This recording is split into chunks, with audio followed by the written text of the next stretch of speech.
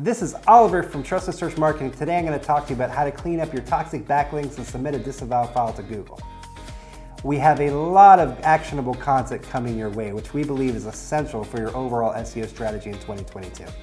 If you like this video and you'd like to see more, please do us a solid by subscribing to our YouTube channel and click to be notified when we publish more. We have a lot of awesome content coming. I think you're going to love it. We'd also really appreciate if you give us your thoughts and opinions and comments in the comment section below. Help out a fellow SEO and help the community thrive. So let's get into it. It seems like most SEO activities go in cycles. For example, you'll do keyword research one and then you'll dust it off a year later. You'll perform an SEO audit once a year and that's it. But building backlinks is the exception to the rule. Building backlinks is something that we as SEOs continually do every month, forever. That being said, when was the last time you audited your backlinks of those of your competitors? When was the last time you evaluated your link profile for toxic links or created a disavow file to clean them up? If you're like most of us, this can be an afterthought and fall lower on the priority list as you attack more pressing SEO issues.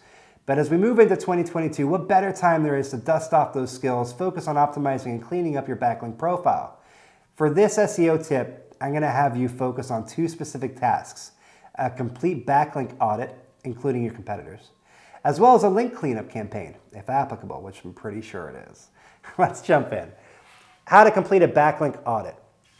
While link building, in my opinion, is the hardest task in the SEO list, a link building audit doesn't have to be. Most SEOs target potential backlinks by chasing link targets that are thematically relevant and have the highest domain authority they can find, easy enough. While these two factors are extremely important, there are several other factors to consider as well. Like everything in SEO, we tend to use competitive data in the SERPs and reverse engineer what Google sees as the most favorable results. Reverse engineering your competitors' links not only shows you the potential link building opportunities, it can also help you gain insight into the link profile of your competitors that are potentially ranking above you. To complete a link audit, you'll need to identify several competitors that are ranking above you, for starters, for your keywords. You'll also need to use tools like SEMrush or Ahrefs to analyze their backlink profiles and compare them to yours. Some of the metrics I would pay close attention to are number of links. This is most obvious for the metrics that you'll need to consider. I would clarify that while I say you want to look at the number of links you have, what I'm really talking about is the number of root domains. After all, Google doesn't really care if you get more than one link from a domain, right? If you have 1,000 links from one domain, it doesn't really matter. Domain authority.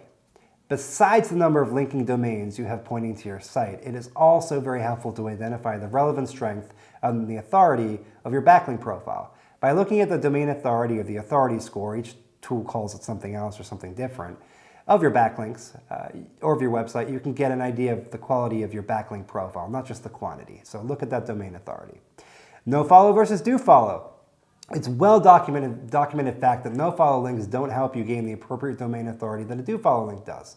Now, before I say anything more, I want to mention that the #1 rule in SEO is to be as natural as possible. So it's completely normal to have a mix of Dofollow and Nofollow links in your backlink profile.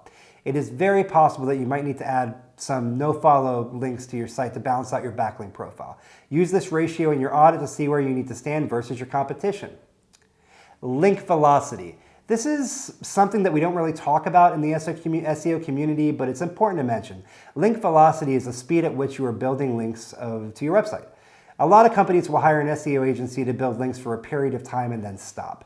Having a natural scaling backlink profile is an important authority signal, and comparing that data against your competitors can give you a sense of what velocity you should build backlinks at.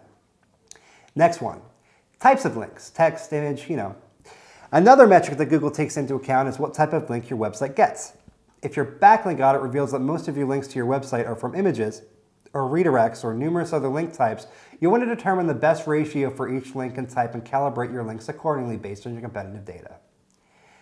Anchor text distribution. Just like any other link metric we've discussed, it's important to acquire link anchor text that is naturally diversified. Back in the day, and still commonly done by some, SEOs would exclusively use the keyword in their anchor text to prop up certain keywords. Today, we use a mixture of natural anchor text such as keyword variations, brand names, naked URLs to craft a healthy-looking backlink profile. Link toxicity. We will talk about this more in the next section, but you'll also want to compare the number of toxic links between you and your competitors.